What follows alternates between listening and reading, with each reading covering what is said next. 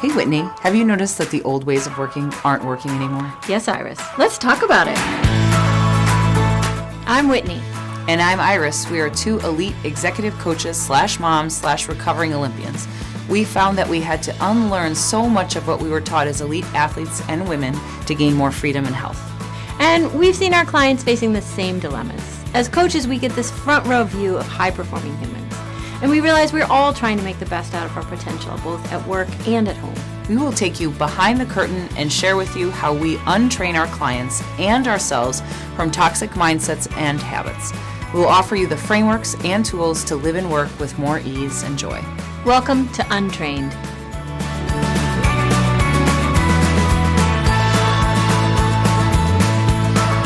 Hi, Whitney. Good morning, Iris. Good morning. I'm very excited about this topic because it is very close to you. I'm a little nervous, but I'm excited too. Why are we excited about this topic? What are we going to be talking about? Well, my intention for today is to just, really hone. You've already coached me a little, hone in on the good enough, because we are sharing a topic, visibility and invisibility. And I've thought about this. I've written a lot about this. And it's, there's that will it be good enough? Is it ready to share? Or should I hold it back here and make it more organized or more whatever? So my intention is the good enough, sharing something. I hope it resonates. Well, I think you might be feeling that because it's very much something that you've thought of, this invisible victory piece of it. And you're going to talk to us shortly about where this came from or the origin story of it.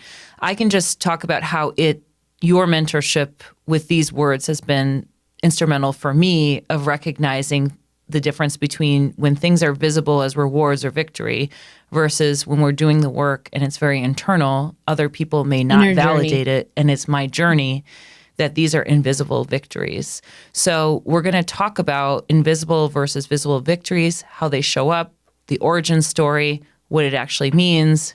Maybe we'll talk about our own feelings around it. So let's get started. Where did this phrase come from? Invisible, visible. The theme of visible and invisible has, I think, been present a lot of my life, and it certainly feels like the unspoken theme of my career.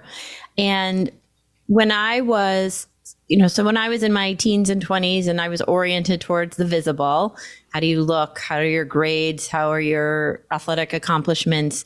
That was what oriented me. And then I had an eating disorder I had to recover from because it was really messing with my life.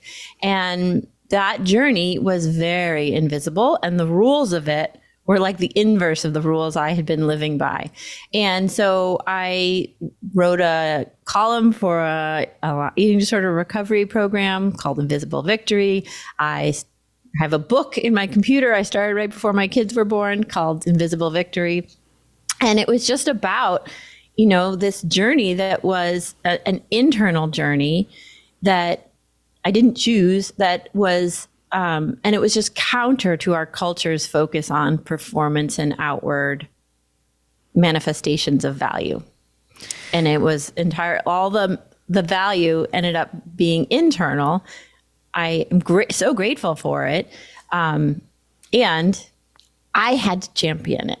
I had to celebrate it. I had to be the one to say, oh, wow, no one's ever going to know what you did today. But that was a huge achievement.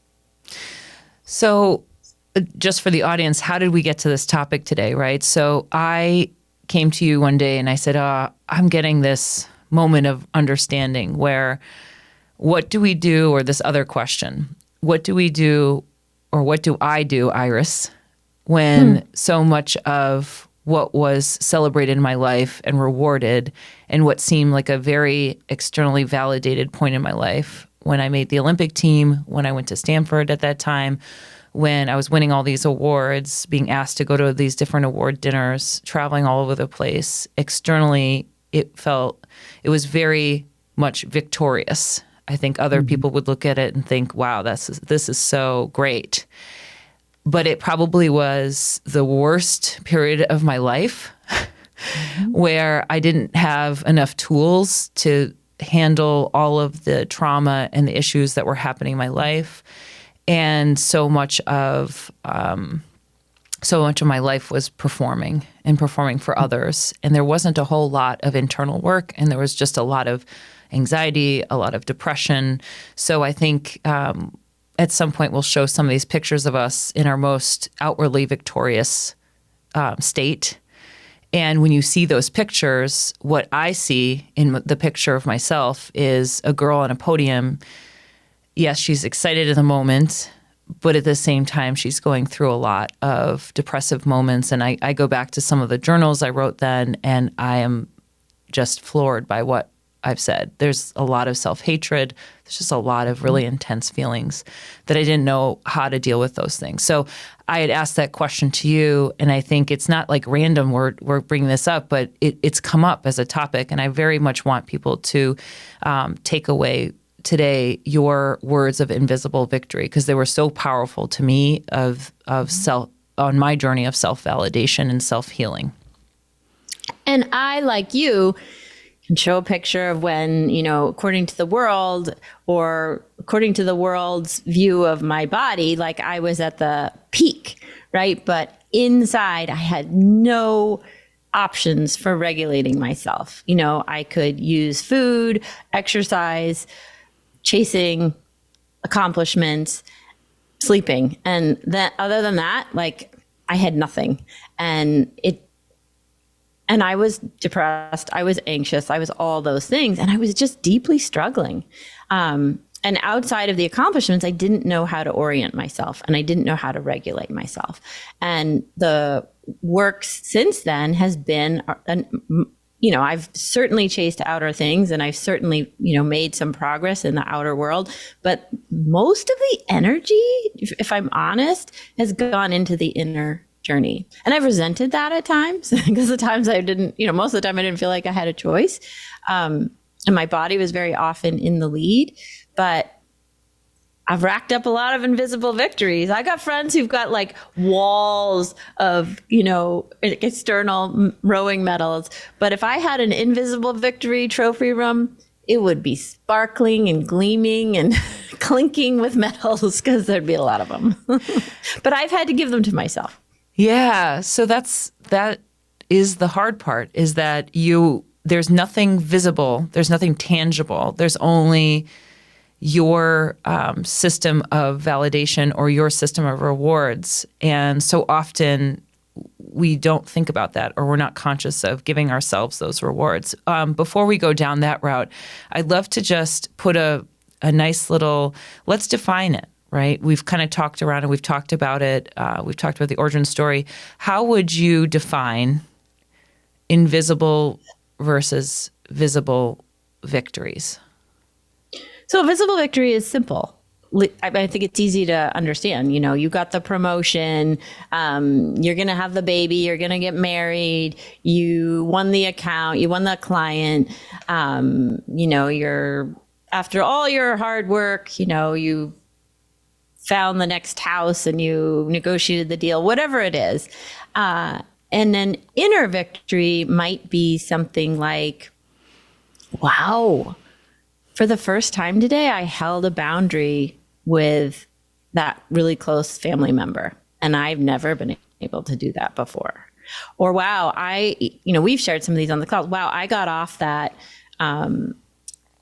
group I was leading, and I didn't do a great job, and I'm identifying what I would do differently, and I'm moving on, and I'm not spending 2 hours ruminating about it or criticizing myself. Things of that nature.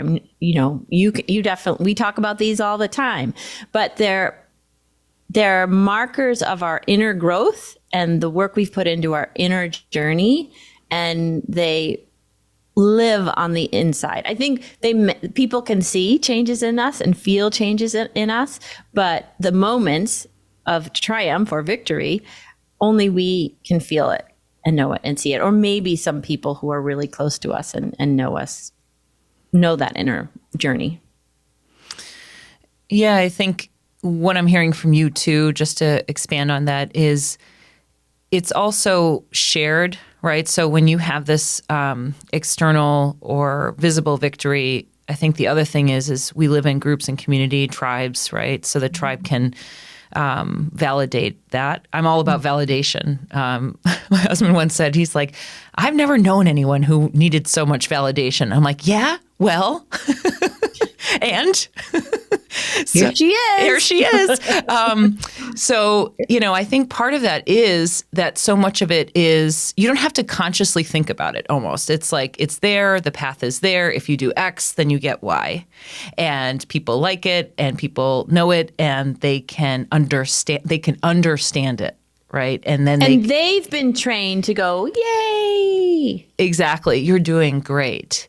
So it's not that it's a bad thing. I mean, I love that end-to-end work, right? So I love that part of it is I'm testing myself in a competition. It is outwardly focused.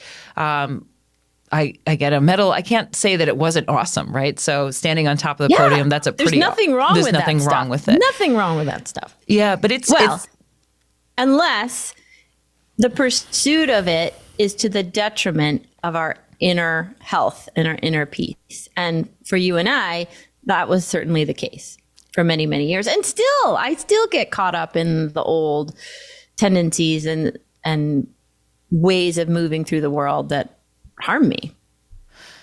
If the pursuit of the outcome or the reward is at the detriment of yourself, your inner peace, well-being. Yeah.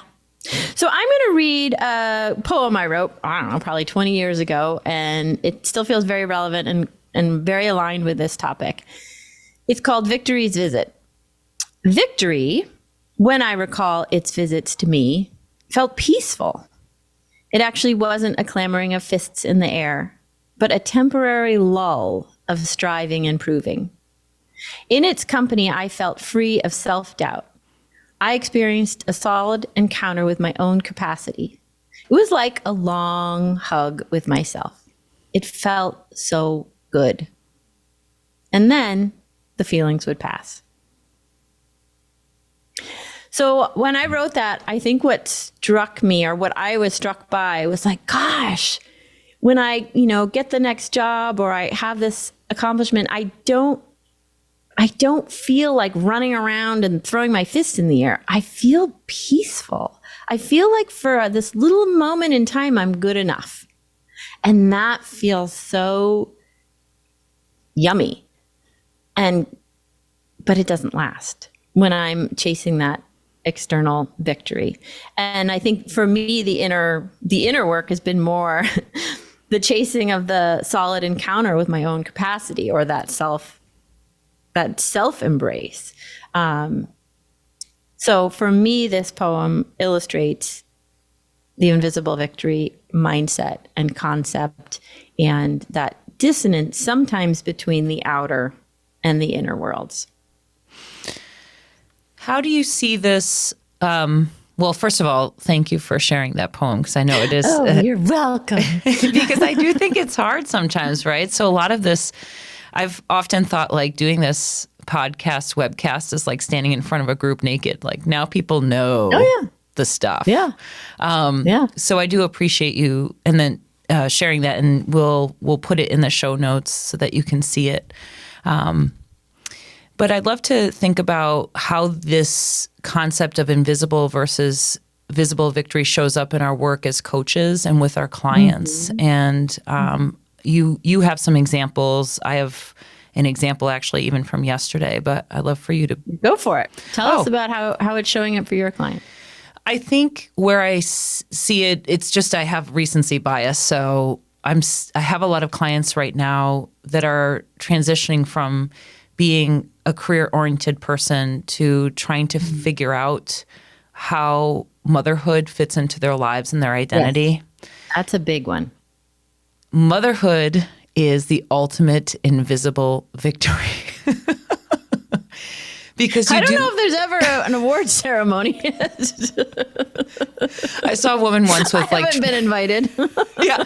I saw a woman once with like 4 children and she was traveling and they were all under 5. And I was like, she needs a Nobel Peace Prize. Right. Don't you want to go up to them and be like, oh my God, you're amazing. You're amazing. Whatever you're doing, you are an amazing person.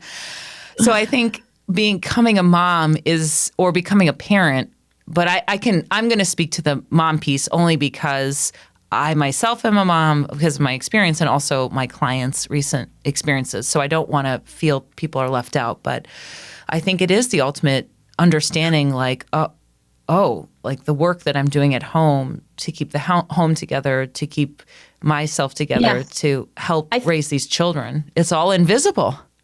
Well, and I think it's the time in one of the times in one's life where there's this unbelievable stark shift from this is how I move through the world and I go after these visible things, and then boom, you've got this very invisible, very loud, very meaningful, very overtaking invisible journey, and then you got to like figure out how to live them both out. And so I think women, when I work with women in that place, like they're like, the old part of themselves is like, but I didn't, and I didn't, and I didn't. And then the new part's like, but I gotta, da, da, da, da. And it's like, how do you bring them together with some grace? Yeah, I'm figuring that out too. My kids are 8 and 10, and I'm still holding those places. Yesterday, she said something pretty profound, and she said, I'm holding this past part of me that wants a career, that wants to go to the office and make the things happen and move up that ladder. Get the victories. And do the things. And then there's another part of me that wants very much to cocoon in my home with my baby and not have anyone bother us and just live in bliss with the kid. So you have these two things, the visible and invisible, working, it almost feels in the beginning antagonistically. And I think what I feel is, I agree. Yeah, they feel very like at odds with each other. And what I've realized over time is part of it is what we believe to be true, right? We believe if we do this, then if we do this visible stuff, we only get the visible stuff. If we do the invisible stuff, we only get this. So in traditionally, there's just like these forces of do this path or do this path. And I think one of the things I try to work on as a coach is how do we balance the visible and invisible? How do we get rid of the noise? One of the things we talked about a lot was, oh my God, this person's telling me that I should go back to work. Another person's telling me I should stay home. And then, even yesterday, my mother was like, you need to take time in the morning to brush your daughter's hair and make it nice. I was like, you know what? I'm up at 5 doing work. And no, I'm not going to do 100 brushes for her hair. She's 8 and can do her own hair. So it's like a constant, like, what should I do? What should I not do? What's in balance and what's not? So I think the work of the coach with the client, or at least what I'm doing with my clients, is trying to get rid of all the noise of what someone should do visibly or invisibly, and then ask them, what do they want? How do you want to balance it? Do you want to work part-time? Do you want to work full-time? Is that important to you? Is your research important to you? And then if it is, how do we make sure that this invisible stuff gets worked in there too? And it's messy because it's a constant, the kids as they grow, everything as it happens, things get messy and they change. So they're always messy. They're always messy. Always messy. And life is continually messy. And I think the one other thing that I want to mark is that they don't live on separate planes independent of each other, right? Mm-hmm. Like I would not be here today if I hadn't done all this inner work. You wouldn't be here today if you weren't interested in it. And for our clients, we're constantly showing them, letting them experiment with and see for themselves that when you work down here, very often it leads to being more vital, sustainable, happy in the performance realm, right? That they're not totally separate worlds, the visible world and the invisible worlds, that they're actually unbelievably connected. And I think the challenge is that our culture, the training is, if you want to feel better, go up, go towards the visible, go towards what people can see. And that's what I always did. But it was like hitting my head against a brick wall at some point. And I always think of the analogy of people who do river rafting. Like if you get sucked into one of those spirals, yes, right? The impulse is to swim up to get out of it. but that's going to keep sucking you down. What you need to do is you need to go down, swim down to the bottom of the spiral, and then you can pop out. And I think sometimes that's it. Like if you want to, sometimes if something's calling you or not working in the inner life, sometimes you need to like just go into it and go down towards that, what's calling you there, and then you can pop back up, and then you can get back to the victory. But it's just counterintuitive. It's like when you have a baby, no one tells you the rules, and then you have to figure them out by yourself. And I think similarly for the inner journey, like there's no rule book. Yes, it would be so much easier if there's a handbook, especially for me, who's a perfectionist and have high levels of anxiety. But it is possible to figure it out if you do take the time. Yesterday, it dawned on me too, because I was talking to her, and women in the United States get 3 months of maternity leave. So externally, at some companies get more. So, or less. But the expectation is, yeah, everyone gets 3 months, so you got to figure out in 3 months. I'm like, what if you do have to go down the spiral a little bit more and you need to kind of figure it out? And I do know that there's visible things like the financial pieces, right? We do need to pay for so this is the interaction, right? It was a constant interaction. But I think one of the things, no matter what kind of pressures are on, one of the things you and I are trying to talk about is sometimes you just need to slow down for a second, sit in it, go down in the vortex, and just give yourself some time.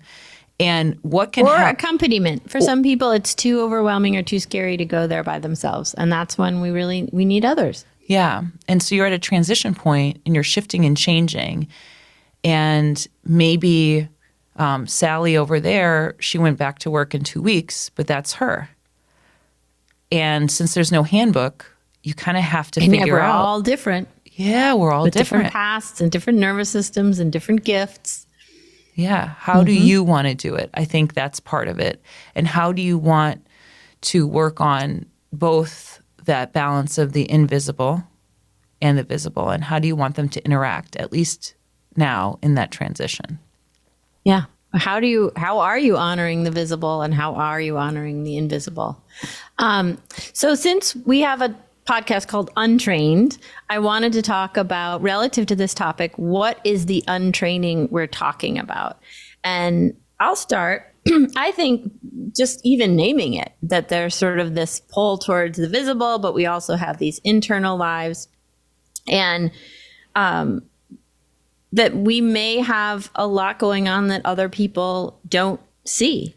And I think the first rule is the first element of untraining is to acknowledge that and to champion it for yourself. I see what I'm going through. I see that there's a lot of energy needed for this thing that nobody out there will be able to validate or reward me for. And acknowledging that it's hard or it's taking a lot or whatever. Starting just acknowledging this. What other skills or frameworks would you add to this? Untraining. I would only add something that I'm working on myself is the piece about celebrating the small wins, because I don't feel like that needs to be untrained, right? So for me, it was the bar is Stanford, MBA, Olympics. Or all the other things when you get in a spiral, you're like, maybe I'll get my PhD. Maybe I need an HR certification. Maybe I'm like, whoa. Yes. So I think it's also recognizing that I am making progress, and my progress is going to look very different than other people's progress. And the progress isn't going to get a reward. That the progress isn't going to... Except for the reward from Iris or the people who see you. Yes, but I do like my trinkets. So I have equated, or I've tried to say at the end of a week, if I've had a week where there are some pieces that I can validate, either of my public speaking or that I haven't gone down a rabbit hole or ruminated about something, I allow for some sort of reward. And it's typically either, going to, coffee with a friend and spending time with them, and really going, this is my reward. I've worked really hard. I'm going to go and do that. It's spending time and giving myself time of not doing productivity all the time, but just, the reward is you're going to get to sit and read. But I don't want it to be like, if this, then that. But it's more, I have little things on my list that when I recognize the small things that I've done or the small steps I've made, I give myself some reward. And I'll give you an example because I don't want it to be esoteric. But the other day, I do CrossFit, so I'm going to use CrossFit. I was doing CrossFit and we were going through the open challenges and they have these workouts. And one of the workouts was burpee pull-ups, like as if burpees weren't hard enough. And I'd never done a pull-up before.